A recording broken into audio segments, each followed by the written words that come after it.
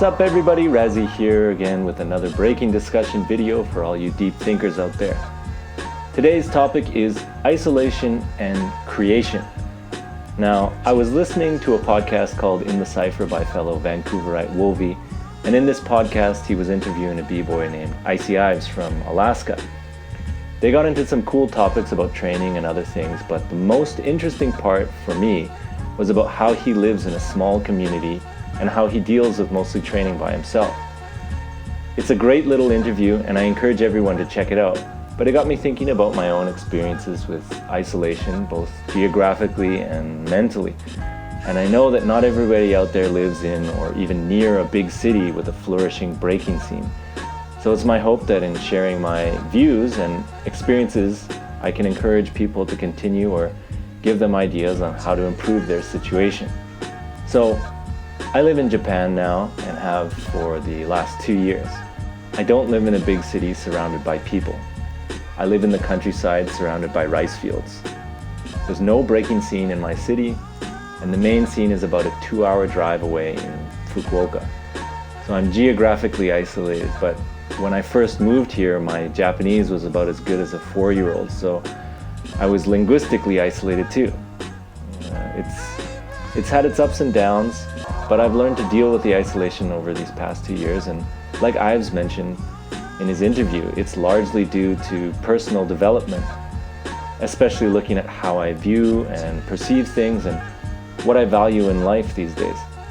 Some people might look at being alone or isolated as something negative, but for me personally, it's been a great opportunity to really understand myself, how I think, what I view as important, and to discipline myself.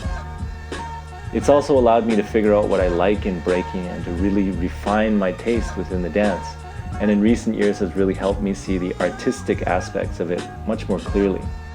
You know, I look at how in Japan's history there was a time when the country largely closed itself off from the world, and this gave the opportunity for Japan to develop this wildly unique culture that it has today.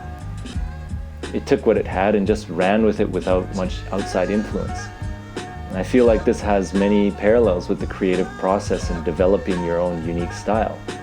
If you truly want a style that you can call your own, in my opinion, that kind of process has to happen and should happen multiple times in your dance career. In the beginning, you can learn from all kinds of sources as you build a base to work with.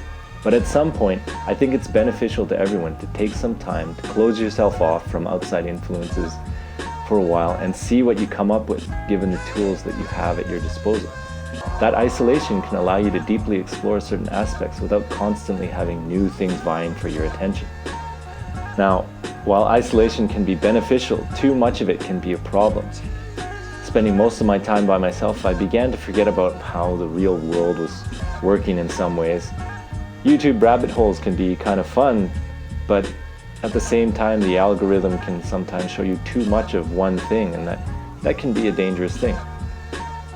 So I decided to go back to Vancouver and visit my friends, and it was this visit with these close, trusted friends that reminded me that there's a whole world outside of my little isolated bubble. Friends whose opinions you value can be incredibly helpful for giving your process some checks and balances. You don't need a lot, but you need at least one.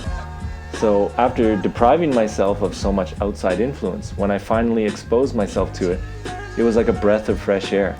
I felt reinvigorated and re-inspired in so many ways. So while isolation can allow you the ability to go really deep into something, traveling and getting outside of your bubble is equally important. I can't stress enough how much traveling and actually going to events helps to develop you not only as a dancer, but as a person too. So for anyone out there who feels isolated, remember that it can be a positive depending on how you choose to use the time and how you choose to approach developing your style in dance. You can really go deep as long as you give yourself adequate materials to work with. At the same time, it's important to break out of that isolation from time to time and give yourself new doses of inspiration. YouTube can be great, but in many ways it's too easy. It's the instant gratification of inspiration. Plan a trip to a jam in the next city, province, state, country, continent, and see that there's so many different ways to view dance and the world. Then bring all that back to where you live and create art. It's as simple as that. As always, please give the video a like and leave a comment on what you thought down below. And if you like what you saw, please hit that subscribe button and look forward to more content. If you really feel like you're getting something out of these videos and want to show even more support, then please consider joining my Patreon page, where you'll get access to a private Discord chat, 1 week early access to videos, credit as a supporter in my videos, and even private coaching lessons. Again, thank you all for watching, and I hope this helps and inspires someone out there. Peace.